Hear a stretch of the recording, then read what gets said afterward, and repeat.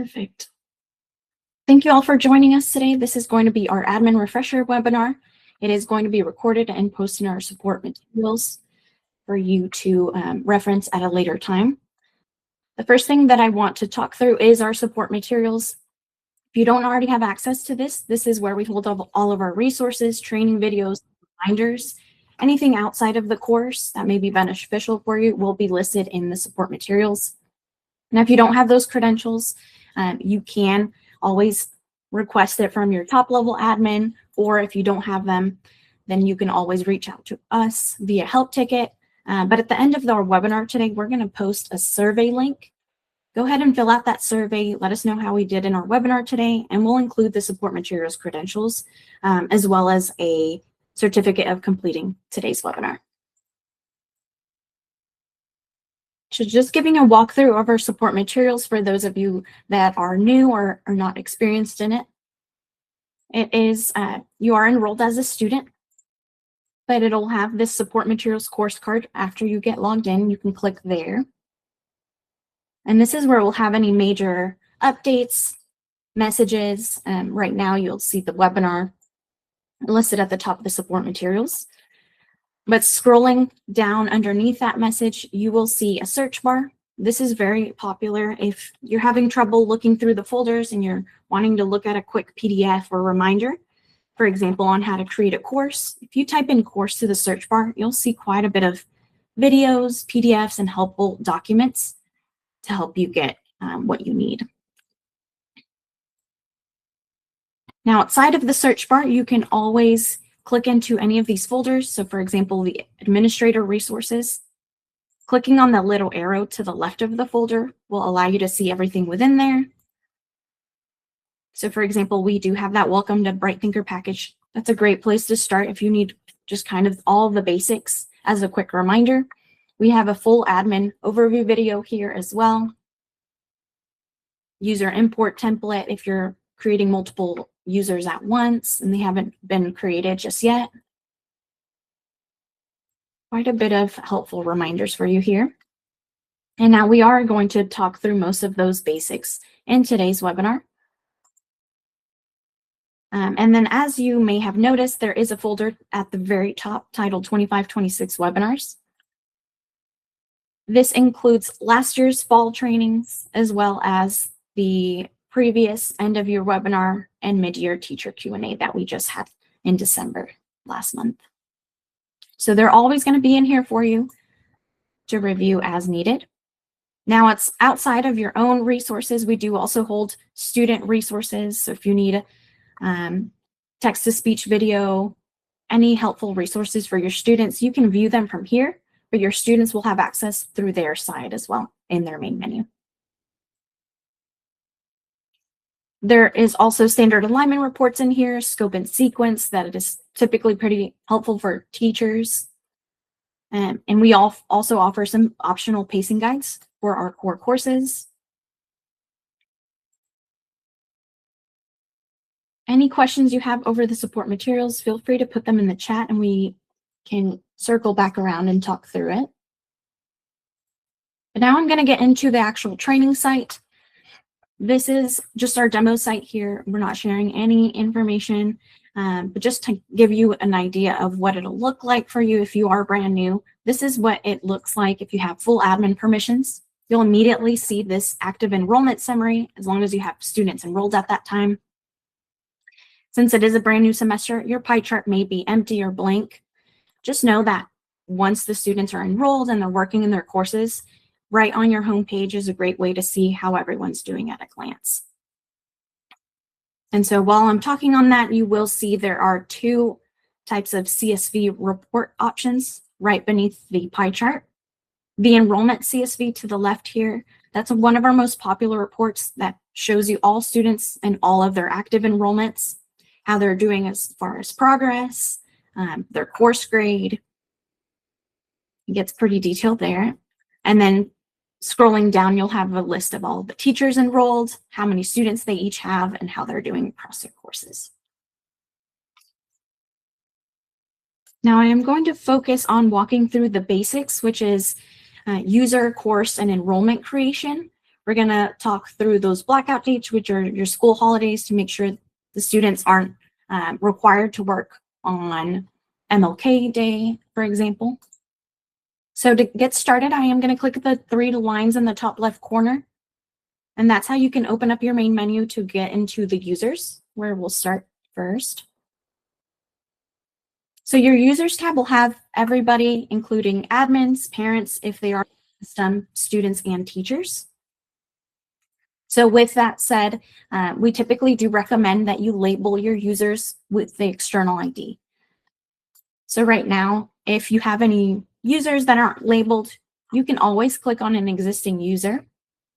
And let's see, I think they're pretty much all labeled. I have one example here of a teacher.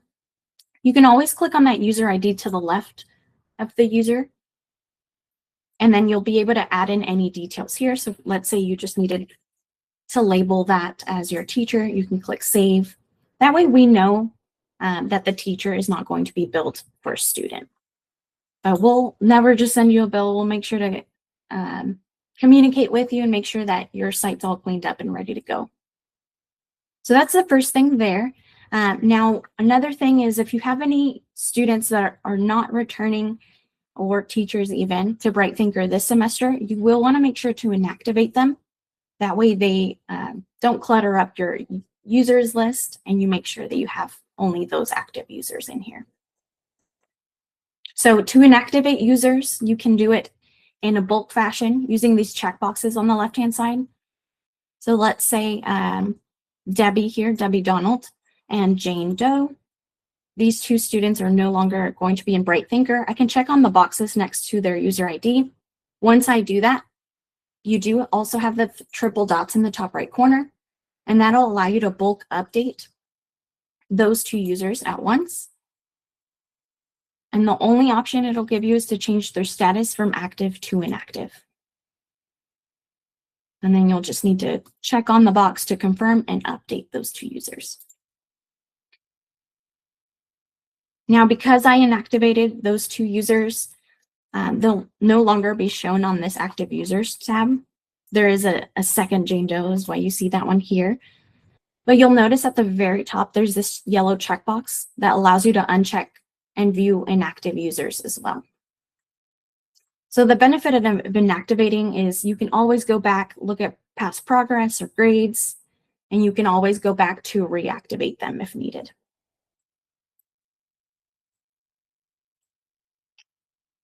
Now that's how you can inactivate users. Now I'll walk through how to create a brand new user if they don't already exist. So I always recommend best practice is just search for that student.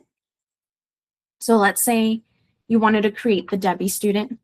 Always make sure to uncheck the active users only box to make sure they haven't been inactivated. Then you can just go in and reactivate them. Otherwise, if they don't exist at all, then you'll use that plus button in the top right corner. And then from here, you'll fill out all of the details. So I'm doing the username as test user just for today's purpose. Another thing to keep in mind, if your school is using single sign-on, you will want to make sure that the username matches the attribute within Clever or ClassLink, whichever you're using. If you are not sure, I recommend getting with your tech contact, or you can always reach out to us as well, and we can help you get that username corrected. You will want to assign a password here. Although you may be using single sign-on, it's always good to have a placeholder in there just in case single sign-on is ever down. You can always add in something in there. That way the student always has a way to log in manually. And then you'll see external ID right beneath that password. This is where you'll want to label your user. In this case, I am creating a student, so I can label that there. You can also label admin, teacher, parent, whoever you're adding in. The email is not required, but it is good for users to reset their own passwords if they're not using single sign-on. And beneath all of those details, there are accommodations. So as an administrator, you get the option to add a few different accommodations for that student's courses. In a applies to all courses they're enrolled in. So the first one is never automatically assigning zeros to past due activities. This setting is not automatically turned on unless your academic settings have it turned on, or the teacher has gone in and added it to their course. If you are interested in this setting, please let us know, and we can either give you instructions on how the teachers can do that per course, or we can automatically assign zeros to past due activities for all of the courses that you're using. The second accommodation is automatically allowing retries for anything the student receives a below passing score on. That kind of takes away a little bit of work on the teacher's end, since they won't have to allow those retries manually. Now you do have the option to ignore passwords or time limits if they are applied anywhere. Speech stream is the next option. That's going to be the same as your text-to-speech. More often than not, schools do have this turned on across the board. But if you want to just double check and make sure that the student sees it everywhere they need, you can always check that on. And then the last option is limiting the number of options the students see on multiple choice questions. So it's reducing how many options they see on those multiple choice. Sometimes they'll see 4 to 5. You can reduce it down to 2 or 3 if needed. And then lastly is the IEP. You can always add in any notes that you'd like the student or the teacher to see. The student does not see this information whatsoever. But the accommodations in IEP is optional. All you need for creating the account is the username, first, last name, password, and external ID. I'm going to check in and see if there are any questions so far. Looks like not yet. Perfect.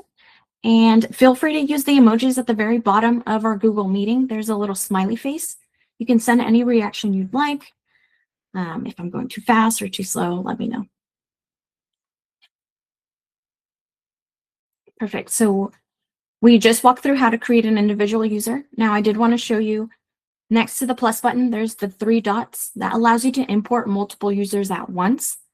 So if you have, let's say, 30 new students this semester, it may be easier to just go ahead and import them all at once. Now, if we click import, it is going to ask you for a file to upload.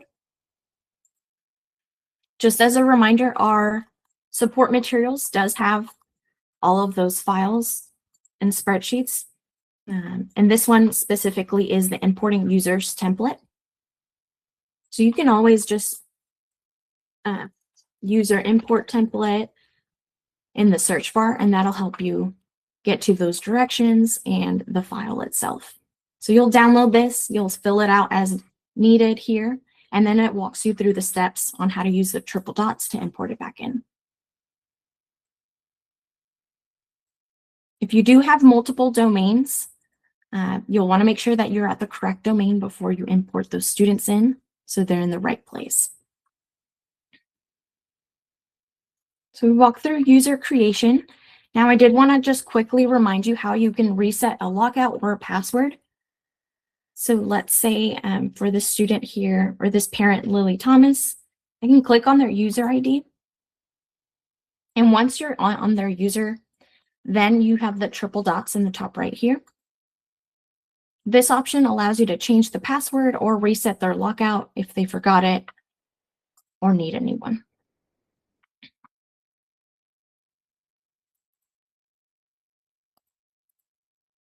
Now, while I'm in the users tab, I did want to show you a best practice for looking at student performance or progress.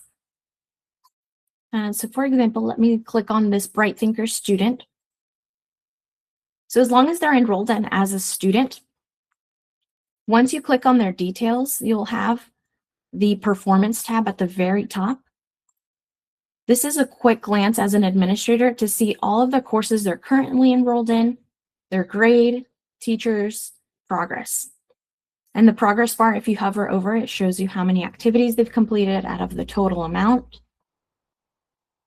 And this also did get a few new features recently. In the top right corner, there's a little columns icon next to the printer. That allows you to add in the start and end date of their enrollment and how many days that student has left. So it just allows you to see a little bit more information. And those are all of their current courses, but you'll notice in the top left here, there's the option to view past courses. And ours is a little bit messy because it is a demo site, but we do have all of the courses the student was previously enrolled in, their overall score, everything you may need here. And all of these are hyperlinks. So let's say you wanted to go directly into that student's grades for English 1. Well, actually, they don't have grades there. Let me do this onboarding course. So if you click on the course title, it'll bring you to their grades. And you can even go further, click into to pull work samples or just review what the student previously submitted.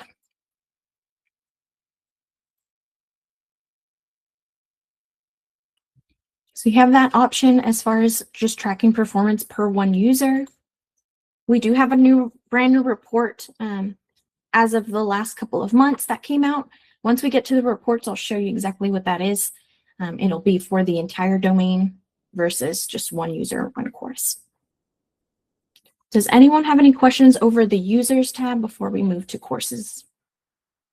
Okay, looks like everyone's good so far. I'll let the questions trickle in. So now I'm going to go down to courses. This is where you'll see all of your courses from last year or even previous years. So all of the courses that are here are technically considered active because it is taking the start and end date into consideration. So if you have any courses that you used in the past and you don't see on your list here, you can always uncheck the active courses only box at the very top. And then that'll allow you to see any other courses that you may have had in the past. It will also show you any future courses.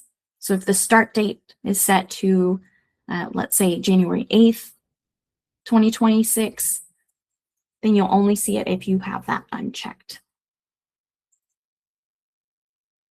Now from here, as an administrator, you can click into any course ID. And then once you are on the course itself, the main menu will allow you to view the details of that course if needed. So you can go to the activities, gradebook, the editor of that course. But as far as creating a brand new course for this upcoming school year, you'll want to use that plus button in the top right corner. Now, the most important part here is to click copy a shared course. This is the one that will give you a fresh, brand new copy of all of the courses that you may need. And so you can click on the lines over here. You can also type right within the search, and it will filter down all of your options.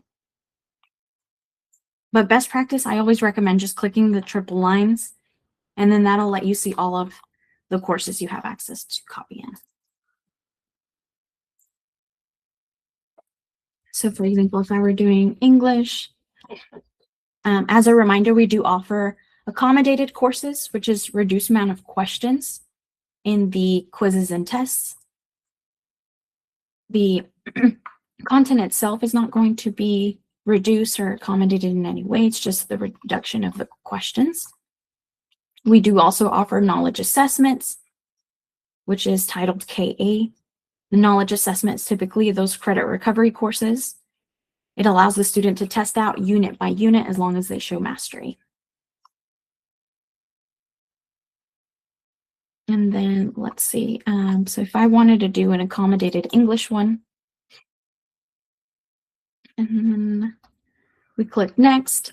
Once you select the course you need, the next option is to leave it on updates. This just makes sure that you receive any small updates that the curriculum team may be pushing out, whether it be small grammatical errors or broken images, as well as our academic settings. So if you make setting changes throughout the year, the updates will make sure that you receive those. The third step here is retitling your course. So this will depend on your school and how you have been using it.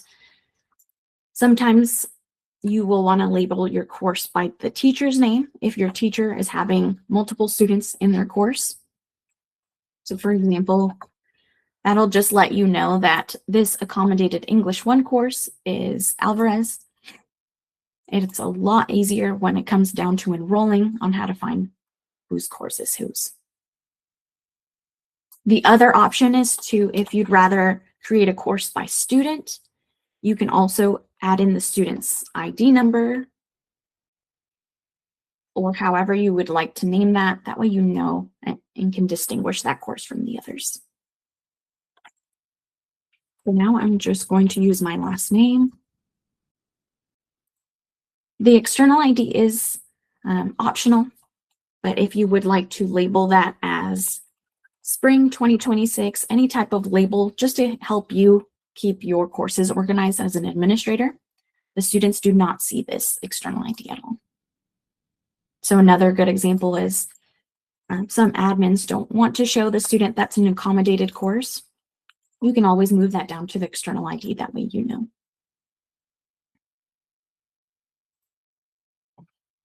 And then lastly is setting the schedule. So this is regarding pacing. You have the range and continuous option. Range comes without any due dates. It allows the teachers the flexibility to assign their own hard set due dates.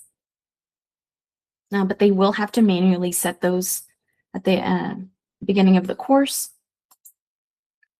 Otherwise, there is also continuous. This gives automatic due dates based on each student enrollment date.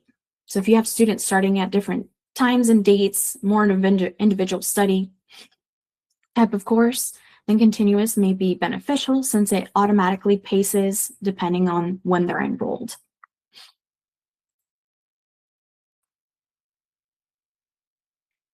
And then I did see a couple of questions here. Can you change the default to continuous instead of range? You absolutely, so the default, it always checks on range, but you can always go into continuous and make sure that it's continuous to change. If you make a mistake and let's say you set it up as range, I'll show you in here in a second how you can bulk update those all at once. But I'm going to click continuous for now. The start and end dates that you see here, it's important that you know these do not impact student enrollment or pacing whatsoever. This is just how long the course is active for you as an administrator on your courses tab. So I typically leave the start date the day you're creating the course, regardless of, let's say the students aren't starting until the 8th. You'll want to leave that the 5th or the day you're creating it. And then the end date will be the last day of the school year or the semester, or however long you want to use that course for. So let's just say May. Days, I always leave as 365. You will have the option to manually override this and adjust the enrollment per each student. So we always say best practice, just ignore the days, leave it as is, and then click create once you're ready. So now my course was added in. And here's a good example. So if I made 2 different courses with the same title, the external ID is also a great tool to use to kind of help you determine or distinguish one from the other. So the one that I just created was this English 1 Alvarez, the accommodated version. You'll see the start and end date. Now going back, if I accidentally wanted range instead of continuous, you can always check on multiple courses at once if you'd like to update those all to be range instead, or vice versa. So once you select those with the checkbox in the top right corner, you'll click those 3 dots, then go down to bulk update. Now this is a little bit different. It gives you quite a bit new, more options. But the first one, if you check on the box, then it will allow you to change that to range or continuous, whichever you need. The start and end dates can also be adjusted in bulk if needed. So let's say the end date wasn't correct, you can always adjust that. Then you'll need to confirm and then click update, and that will affect all of those courses that you selected. So now you can see all 4 of these courses in May 21. And with this, you do have the columns at the top that may help you in organizing your courses as well. So if you'd rather view it in alphabetical order, you can also filter them by type, continuous versus range, start and end date, however you choose to sort.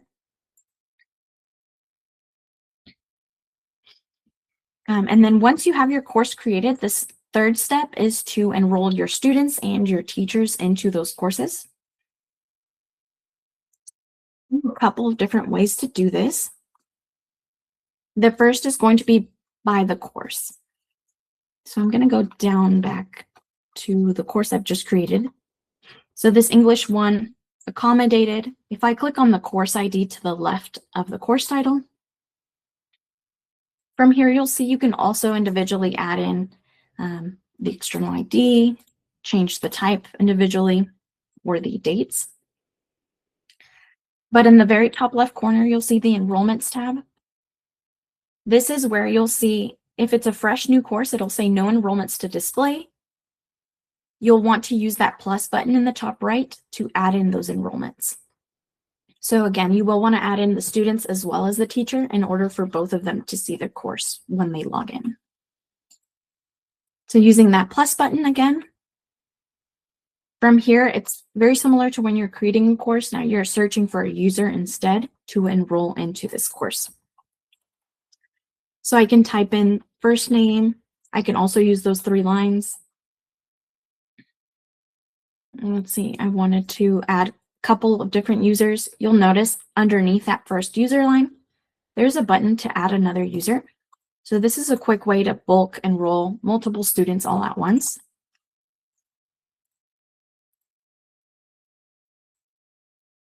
And I'll just do these 3 for now. But once you've selected your students, you'll want to make sure that the role is correct. So it automates the student, and you won't have as many options here. This is just our demo, but you will have also the option to enroll those as teachers if they are teachers instead of students.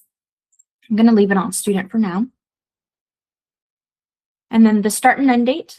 These dates here, when you see the student's name and you're enrolling them into the courses, is what determines the pacing and the due dates, especially for those continuous courses. So if I don't need them to start until the 8th, I will want to adjust that start date to make sure it's accurate. And then the end date's the end of the school year or semester. Last day you want them to submit. And that's what the continuous course will take into consideration when placing those due dates. And then scrolling down, you'll see the list of permissions. You don't have to adjust this. This is just showing you that the student has those permissions there. They have everything they need. So for example, if I switch it over to teacher, you'll see that the teacher has quite a bit of more permissions within that course. And then I'm going to scroll up and click create. And so now under this course, it shows me I have 3 enrollments. You can see their start and end dates. And all of these you can edit after the fact as well. So if you made a mistake, you can click on the enrollment ID and adjust as needed here.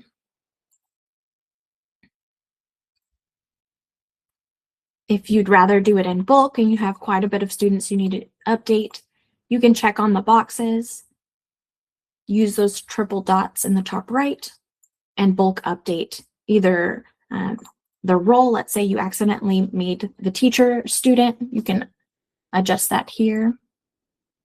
Start and end date, which is their enrollment and access dates.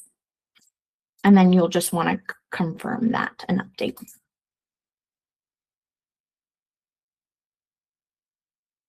So that's one of the ways that you can enroll. Does anyone have any questions on how to enroll per course?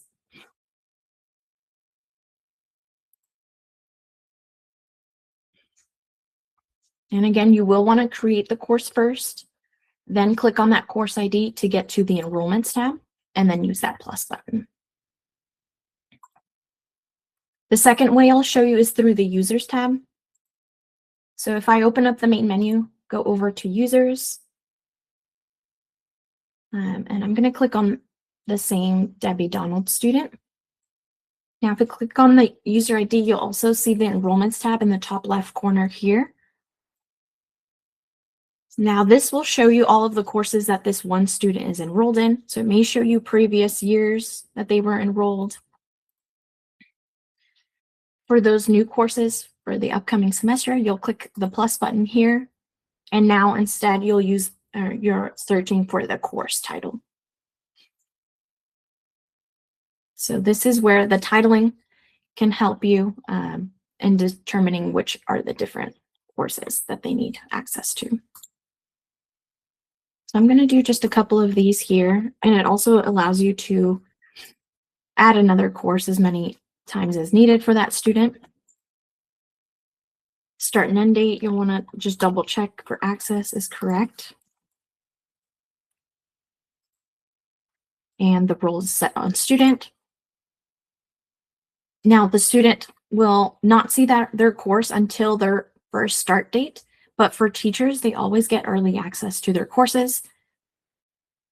So if you were to enroll them, let's say for the 8th, the teacher will always see it ahead of time, just so they can prepare. So it's very similar. You either click on the user ID or the course ID to get to the Enrollments tab, and then you use the plus button to add those enrollments.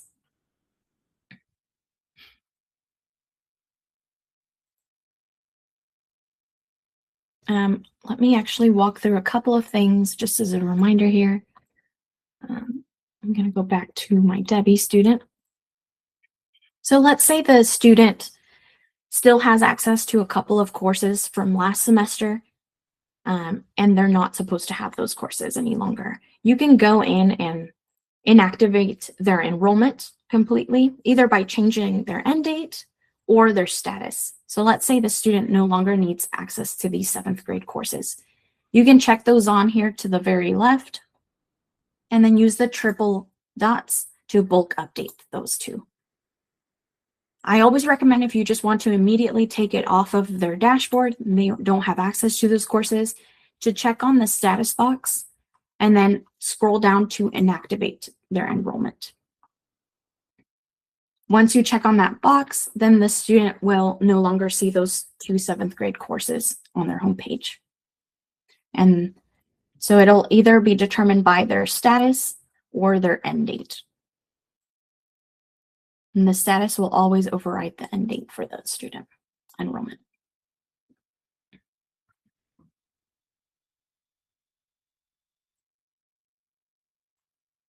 I see a question. Thank you, Liz. So there are differences between all the different status columns. Off the top of my head, I don't know all the explanations, but they are in the support materials. Let's pull them up together here. And I believe it's this. There we go. So it's called enrollment status descriptions.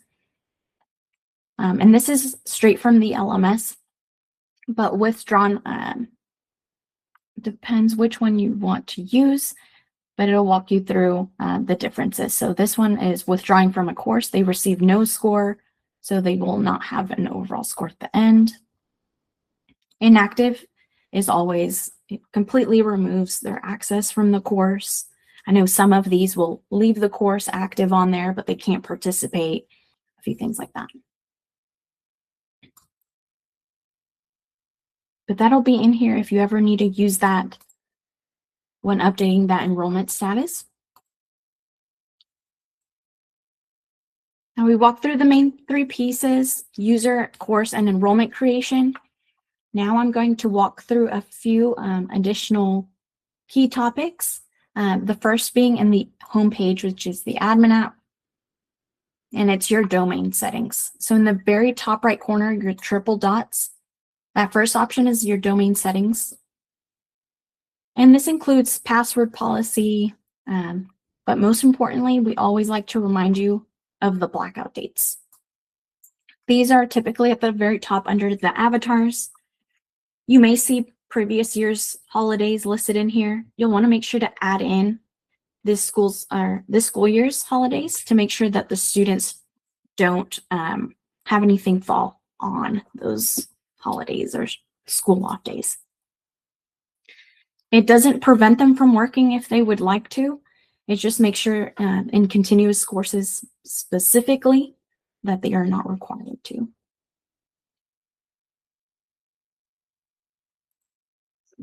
And thank you, Lori. We'll get to the Q&A session here shortly. If you could just take note of your questions. Within your domain settings, there's quite a bit of other adjustments. I did want to just highlight your idle timeout is under miscellaneous, and this refers to how long the student has before they're logged out of the system. So if they're not scrolling, clicking, or moving their mouse, they are considered idle. That allows you to adjust how long they have before they're logged out.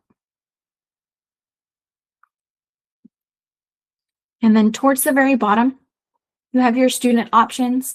There's a brand new setting that not everyone may be aware of just yet, but in continuous courses, the non-gradable activities are typically not shown in the calendar.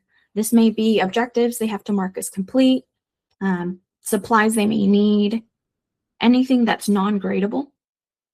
Those are typically not in their to-do list or in their calendar. So it has been beneficial for students to see those ahead of time. That way they're not missing anything. So you can choose to turn that on for this upcoming semester should you want the students to see those.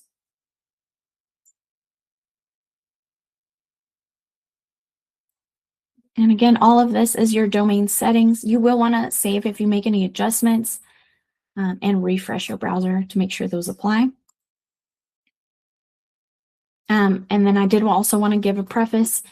If you do have an admin team of a few admins, you will want to make sure that only one administrator is going in here and making the domain settings per however many domains you have, since you only have to make that adjustment once.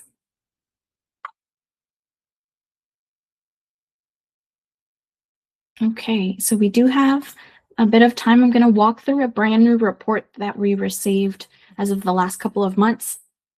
That's going to be in your main menu under More Reports. So previously we had access to the progress report. If we are to click Generate, it now gives you the option to pull per domain instead of just course or student. We received a lot of reports that it was time consuming, and we had our reports developer create this option to pull for the entire domain. So if you need to send out report cards or any grades to parents or families, you can pull per domain, and they may take a little bit of time depending on how many students you have in there, but that will show you either a PDF or CSV spreadsheet of how all the students are doing. Just to give you an idea, and please know this is our demo site, so some of this may not be as accurate as you would see. But as you see here, you can see the student's name, all the courses they're enrolled in, their grade and progress, and it will break it up. There is a page break in between each student. That way you know exactly where the new student starts.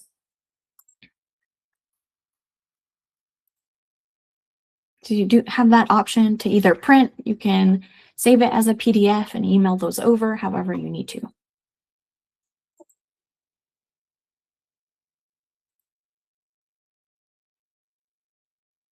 All right. Now I do have a couple of topics that I want to talk through. We received some questions, and if I haven't answered your question just yet, I may do so right now. Feel free to post in your questions in the chat now, and we'll make sure to get to them. Sophie, I think we answered everything that's not school specific, so I think you're good unless anybody's typing right now.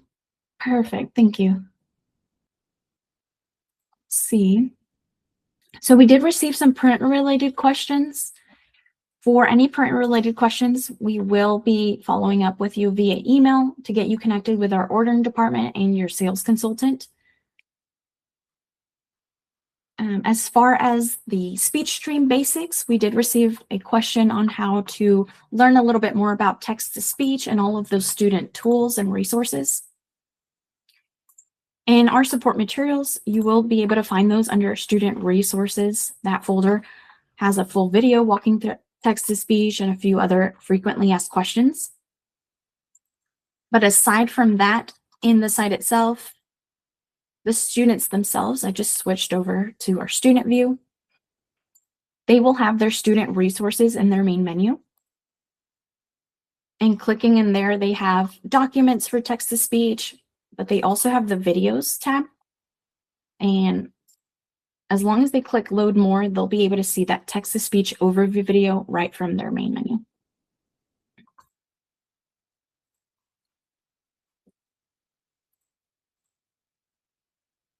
Our next question. Here, real quick, we're getting some questions. So Sophia was actually answering not answering. She was going through a few different topics as some questions were coming in. So I think there was some confusion, but there was a request for a report card. So if you want to just show the different reports that we offer, I mentioned our grade details or the progress report is probably going to be the closest to what you're looking for. But I'm answering this in the chat as well.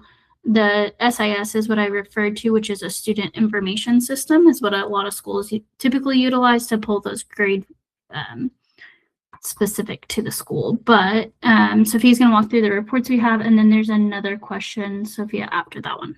Okay, perfect. So the more reports ones are typically used a little bit more for report cards, since they're a little bit prettier to look at rather than just a spreadsheet. The progress report is the one that will just show progress in the course and their grade. I'll pull that one as well. So if you don't need it, let's say for all of the students, you can just pull for one student at a time. Just to give you an example. So this is the progress. Of course, your students will have grades and progress right within there, but it gives you the student name, their username. It will have the school name. So where it says training site, it'll actually have your school name, the date the report was retrieved, and you can either print that out or download it to send it over to the parent. If this isn't the information that you need on the report card, the grade details one may also be a good one to test out. I'll show you that. The grade details is just a little bit more detailed information, and it will show you each grade per activity. Let me see if I can find a course that we did some work in. So it'll show you exactly the scores of what they've submitted and the due date, if applicable there.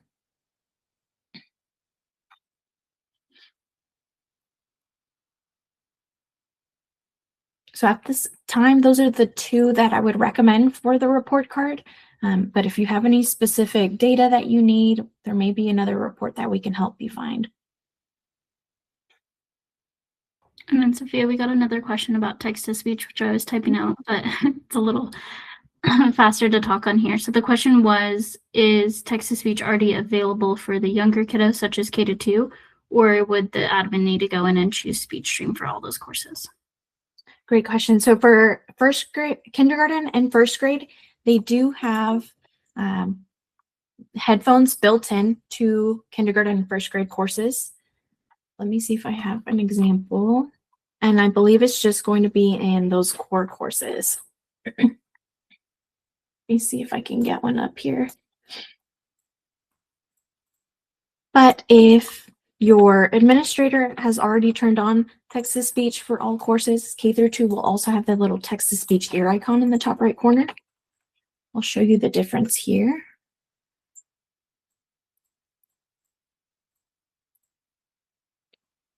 So for example, first grade math.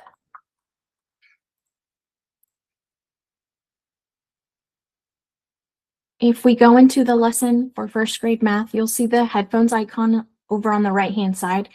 This reads it.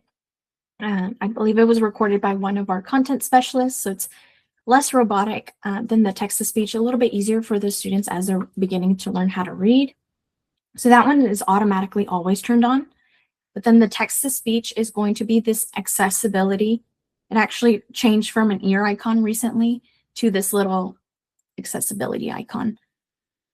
And so that's going to pull up the tab that allows it to play aloud, translate, dictionary. There's also this bookmark or screen mask feature. But for read aloud for K through 2, it'll be the headphones automatically.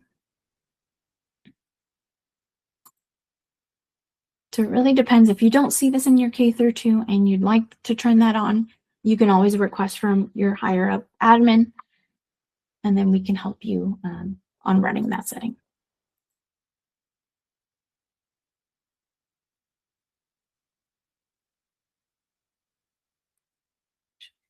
And can the report be customized so it only shows completion and looks more complete? So as far as completion, if so at this time, the report will only show what they've completed as of then. At the end of the school year, you can pull the report and it'll show better kind of understanding of how they finished out. But it's only going to show the entire course, not just what is due as of then. And Sophie, I'll add in just to clarify that as well as for everybody on the call. So completion is going to be determined per school, the academic settings that you have chosen. So if your completion trigger is what they call it, is set to allow students to move forward just as they submit, that technically considers it complete. If you are waiting for a student to receive a passing score, then they wouldn't receive the completion check mark shown here on Sophia's screen until they have passed that activity, which also then requires a teacher to provide a grade. So a lot of schools tend to allow the students to move forward as soon as they submit, which then will then give that check mark for completion. So we've just had some questions about that previously on what's considered complete and how it shows up in a report. And absolutely, we do offer our courses in semester based, so you can set up your courses to be semester A and B, and then that will allow you to pull those reports separately as well. And I did want to show, in the event that you are in a full year course, let me see if I can find one with some grades in here.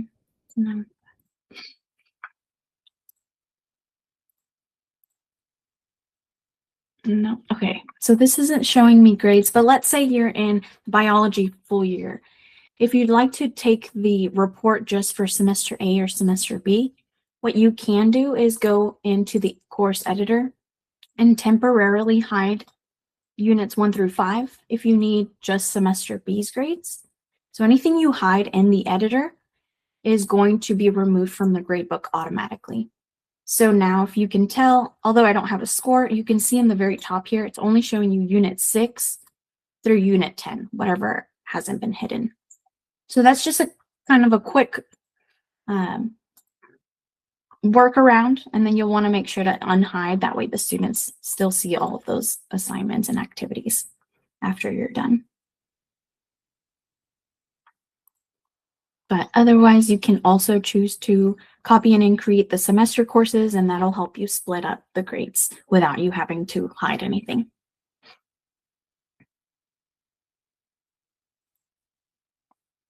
Let me see. I have a couple of other questions that were sent over prior.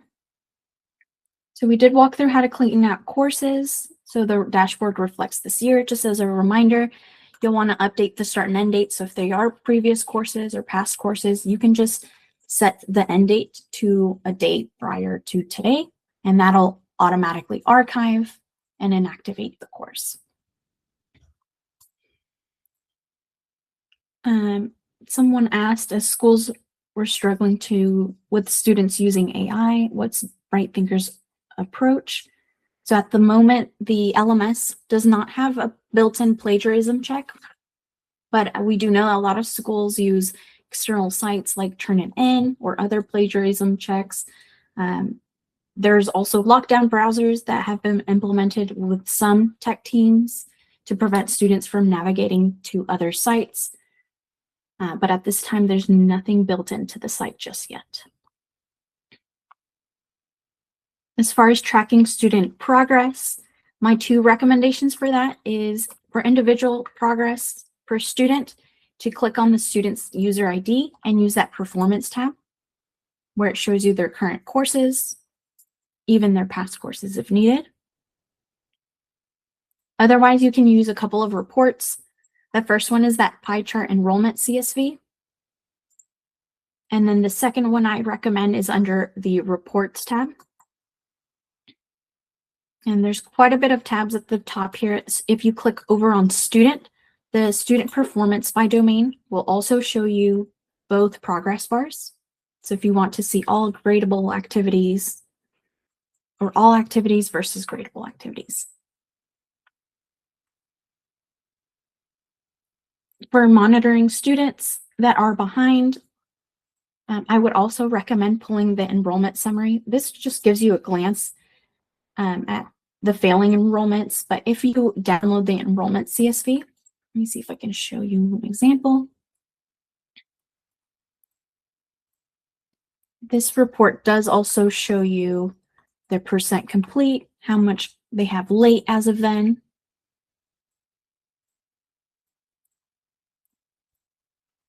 So this is that report I've just pulled under that pie chart. It gives you quite a bit of information at the top here. There's the score column. You may need to convert those to percentages. But over on the right-hand side, you'll see their pace light. So that'll give you a good indication of if they're behind pace. You can also compare that to their percent that they've completed with the rest of the students and where they should be.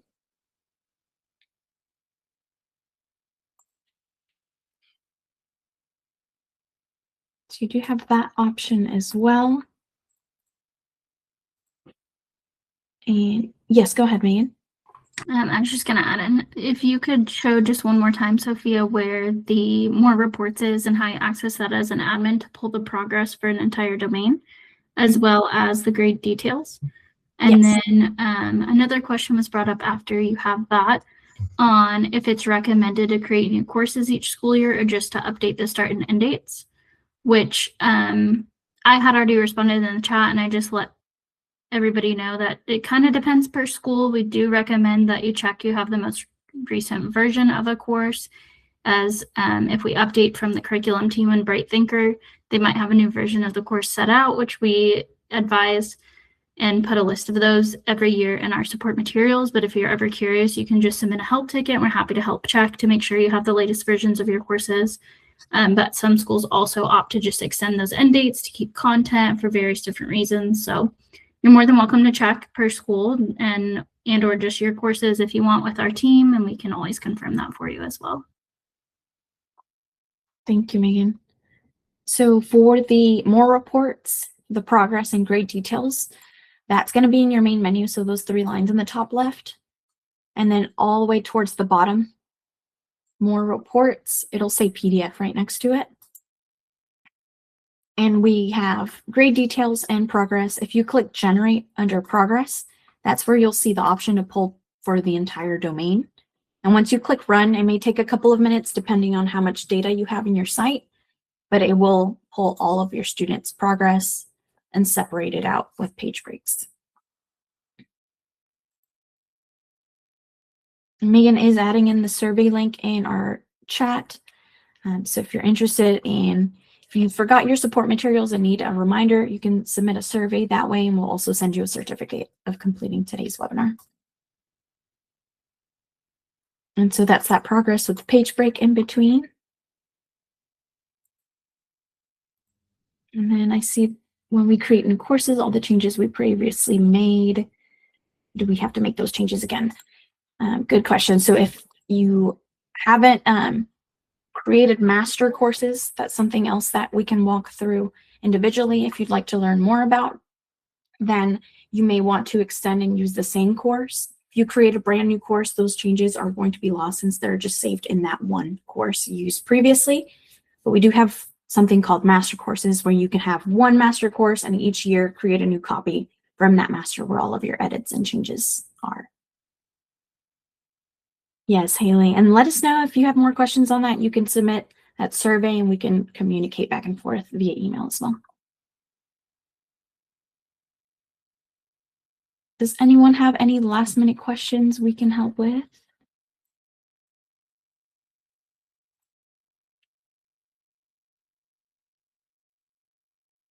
Perfect. I'll stay here just a couple of minutes to see if there's any lingering questions. Otherwise, thank you for your time, and we will make sure to put that recording in our support materials as soon as it's ready.